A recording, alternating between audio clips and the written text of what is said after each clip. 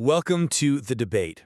Today, we are taking a closer look at a really fascinating kind of modern phenomenon emerging from these high-stakes social audio spaces. Specifically, how key figures deploy, well, very personal psychological and traumatic histories, almost strategically. Yeah, it's a strange dynamic. This digital arena almost seems to demand intense self-disclosure. We're seeing narratives just packed with claims of, PTSD diagnoses, past financial issues, huge emotional breakthroughs, and really contentious relationship stuff, all shared very publicly, seemingly to build influence. Exactly. Which brings us to our central question today. Should these deep personal disclosures, this sharing of what appears to be profound vulnerability, should we interpret that as, genuine, self-aware declarations that actually enhance professional credibility? hmm Are they primarily performative strategies, really just tools optimized for navigating influence, status, and, let's face it, competition within these digital forums? Well, I'm going to argue that the sheer level of vulnerability we see, especially from figures like Alberto and Adriana, it really reflects a hard-won authenticity. And it provides the necessary context, I think, to truly validate their ethical and professional standing within that community. hmm See, I come at it from a slightly different angle.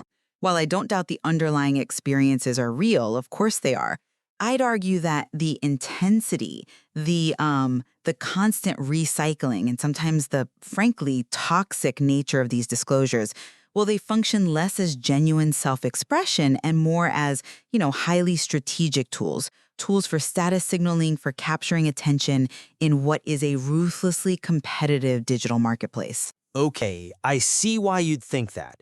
But let's maybe look at the trajectory of someone like Alberto for a second. He details a past that's, characterized by significant trauma, severe depression, high-stakes legal problems. Yet he frames this history specifically as a point of profound post-traumatic growth. He even calls his emotional breakthrough after a hospital stay el despertar, the awakening, a moment where he supposedly shifted from bitterness and hate to a state of, quote, only love. Right. Now, that vulnerability, according to his own statements, isn't just self-serving. He claims it's meant to inspire others, to demonstrate that, profound ethical change doesn't require some mythical superhero, but is actually accessible to anyone.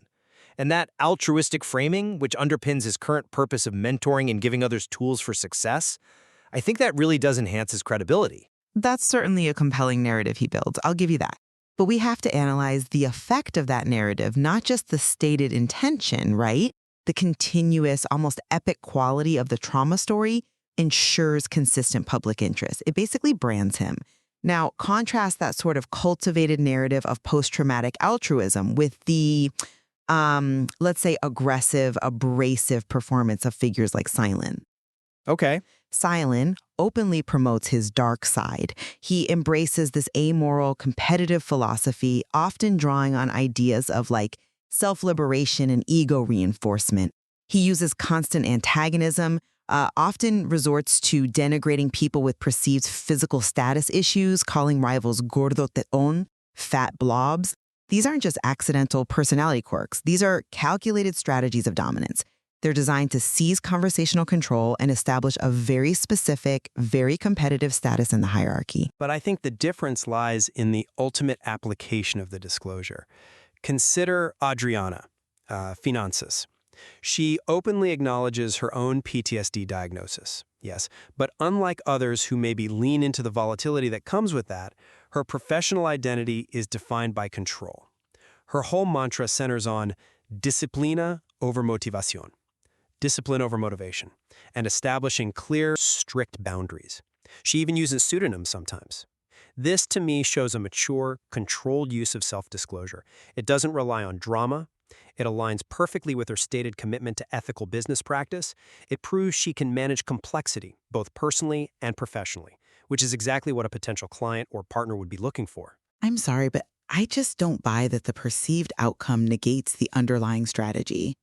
In a space where, as participants openly admit, the environment is so volatile that, quote, nobody trusts anyone, well, establishing yourself as the highly regulated, stable, ethical anchor becomes the single most effective long-term strategy for influence and, frankly, business opportunity.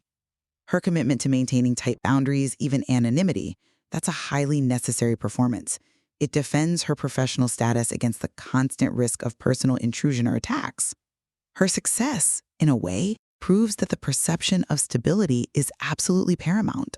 Let's maybe circle back to the utility of the trauma narrative for Alberto, though. We see a conscious effort by him to structure his history. You know, the whole Interpol Bitcoin saga, the near-death experience he talks about, his commitment to writing a book stemming from his fiance's influence. It's all woven into a singular, cohesive account. It's very structured. Right, and it is a narrative that gets validated by peers, like Alexo, who publicly praises Alberto's principios, his ethical principles, and his fascinating story. This kind of communal recognition reinforces his position not as some perpetual victim, but as a reformed ethical authority who strategically leverages his past lessons to mentor others.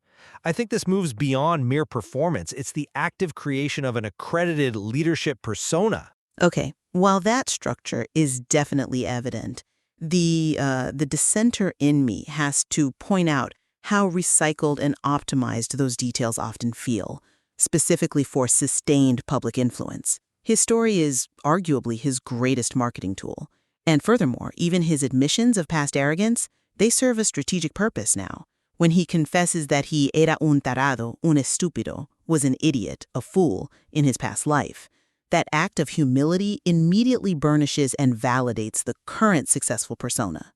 It's essentially a retroactive performance of moral growth, designed specifically, I think, to maximize his current moral authority. That's an interesting point, though I might frame it a bit differently. While yes, polishing the ego might be an unintended consequence perhaps, it overlooks the potential intellectual utility of conflict in this space. But the conflict we see extends far beyond simple intellectual sparring, doesn't it?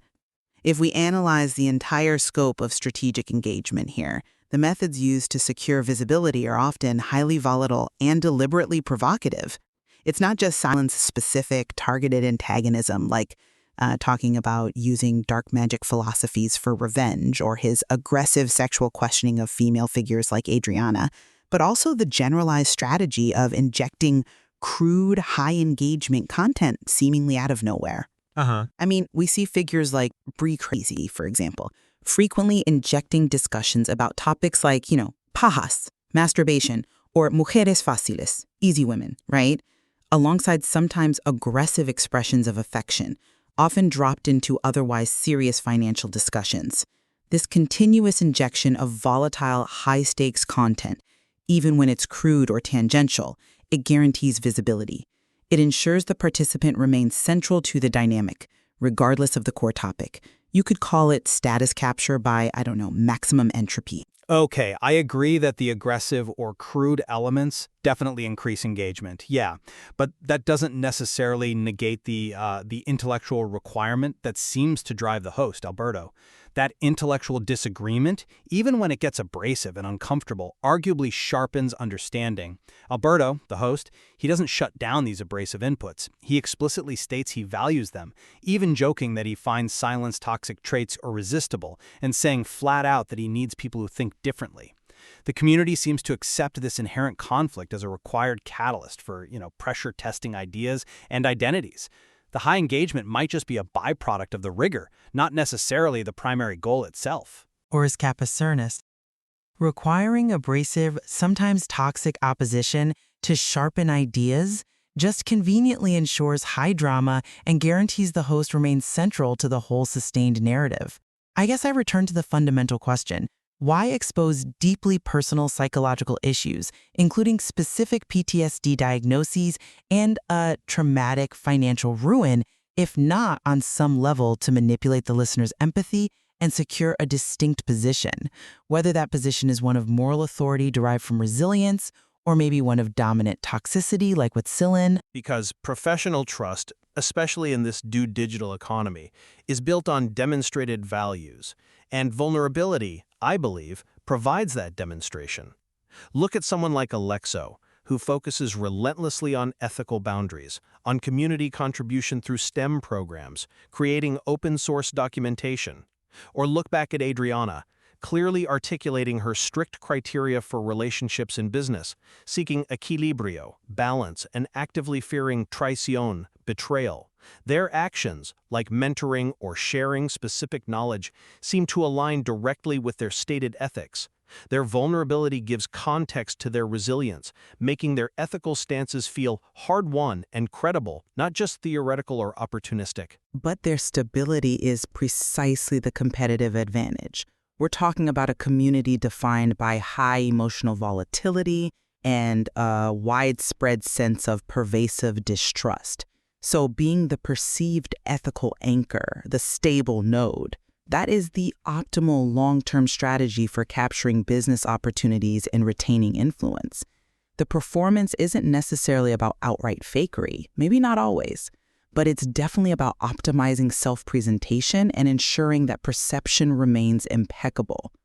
Adriana's strategic use of boundaries, pseudonyms, it proves that professional status in this digital realm is a careful performance, one that must be continuously defended against personal intrusion. It demonstrates that perceived trust is absolutely paramount to securing and maintaining influence. So ultimately, we've examined whether these intense personal and psychological disclosures, everything from Alberto's carefully cultivated trauma narrative to Seelan's promotion of dominance and provocative humor, whether they serve genuine self-expression or are really highly optimized for achieving and maintaining influence and status. And I think we both recognize that the material is rich with genuine human experience, absolutely. Yet it is simultaneously deployed with pretty distinct strategic intent within this unique social audio environment. Yeah, the reality is that the line between authentic identity and performative strategy is just inherently blurred here. Authenticity itself has almost become a valuable commodity. It's paradoxical, but the deepest self-disclosure might now be one of the most effective strategies for building a dedicated, high-trust following, those 1,000 followers who know you like the back of your hand, as they say. And that kind of following, arguably, far outweighs the superficial engagement generated by less intense status signals. Indeed. And I think to truly understand the credibility of experts and influential figures in this field, we have to analyze not just what knowledge they possess, but maybe more importantly, why and how they choose to share these deeply personal, sometimes traumatic aspects of their identity in their pursuit of influence. This really complex interplay of personality, strategy, and self-disclosure ensures the debate around their true motivations will certainly continue to illuminate the nature of digital authority.